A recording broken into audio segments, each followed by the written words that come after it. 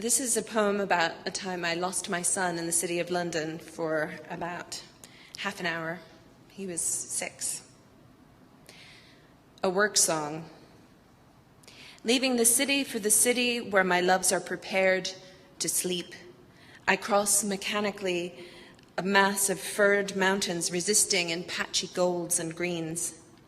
The scene is already pastoral, it can't be forsworn. The shoulders of the hills are smooth and masculine with turning what Abel calls a mill wheel. If the land belongs to the men who line the track, I can't allow myself to write it, though I'm persuaded I am more than being sick from the air blown from the soil pipe, caffeinated and ready, dressing, dizzy, patchy, signal cuts off the jaded networks that stand in when the ground is empty, in a way only produced by millennial labor.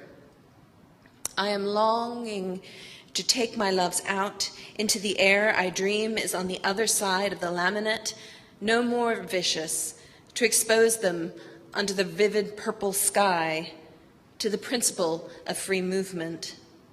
Let them sway through the national trust acquisitions as citizens of nowhere. Through that sky, I drive the collated arrow of my professional existence, not picking up college girls, not remembering Alderstrop, not contemplating my abyssal ego sometimes, but angry and missing my friends' work in sidings, which I know is excellent because it is powerless, open, because their end is not in sight. Lately, I make little to nothing, though I keep my loves alive and keep my head clear of crushed glass. Monetized words flow through the ether where they are equalized as fictionless instruments of the future. The author signs off on an unstoppable process, stalls the execution of more work which idles and quits. Robin called it the polo mint of death, and if it's sky blue, it's to make you forget the green out there, a process in which my loves are lost. The second time he was born, Abel thought I had gone on without him and ran ahead of me to the commons. There was nothing around me but the city that emptied as I was taken farther away in a police car. The block cleared, he was nothing to be seen. The arrow twitched in every direction that led to this moment of total dereliction. I jammed on the syllable of his yellow shirt, his gift for numbers, his name on radio. He can't have gone this far. He wouldn't cross the road alone. A child perversely exposed in nature, encircled by vans, and every moment further from me, powerless in the open, if in the wrong, marked with care, hopefully resisting. I found him. I found him. I snatched him from a future I had already spent too long imagining. St. Lucy's Day. This is a nocturne for the darkest and coldest time of year, and it's an unseasonal poem for January in Santiago. Deep as the dark is driving us, it can go deeper, down into the rocks themselves. But the rocks won't laugh at my friend who is poorly for what he thinks is his own fault, my friend who is holding the hand of his first baby, my friend who has 0 for an original symptom. The rocks aren't worried even by what we will scratch on them with a cheap wooden stylus from Tiger. By animal or accident, we may go in there, rooting around for an exit, following the smell of diesel. We can't find our own way out again without something to burn. Ruined by love, lean and ordinary nothings, now in flesh appearing, and now only something tending towards stone. The stars on the turntable vibrate almost too slowly to be audible, but they too are making an extreme music.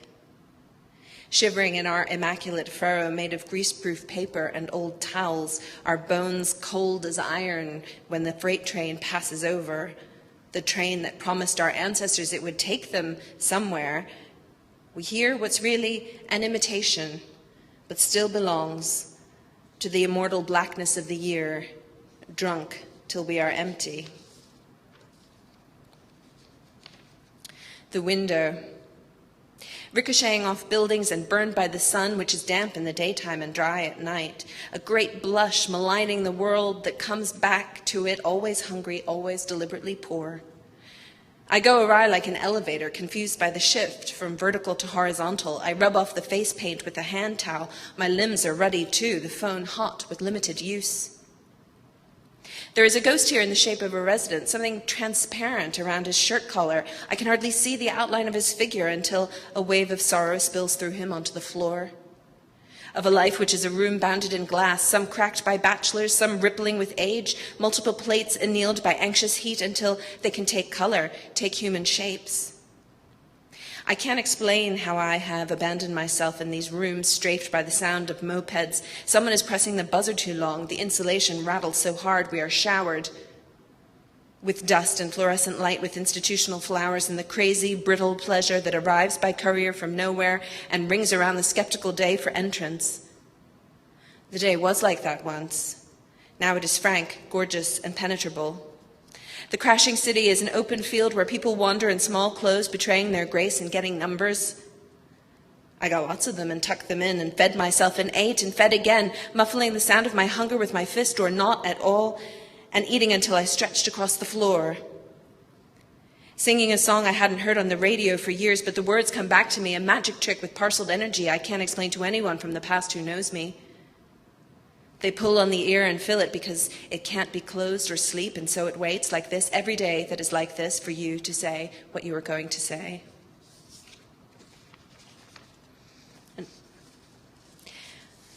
Open source. There is an expression. There is not. The world is swollen with it, or I am. Proper channels are the ones that hesitate in the face, the mouth and anchor of that hesitation which comes alive by softening as a capillary does and breathes.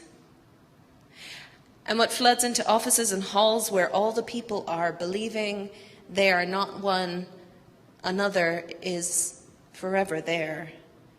The anchor or whatever dropped into the soft human tissue that is the bed of the sea has no time like the present to close, but this is its active wonder, that it can be lifted and carried in a seasoned wood, channels the idea holding us apart in fictions of trade.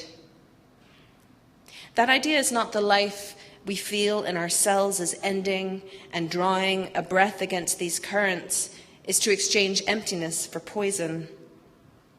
Suddenly the rocks seem real, and I can hear how they too might be breathing. The air falls around them regardless, and water drinks them down.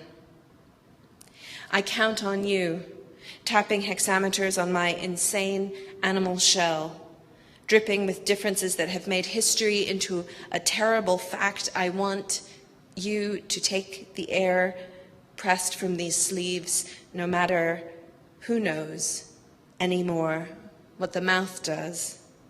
If it cannot swallow, it might as well sing.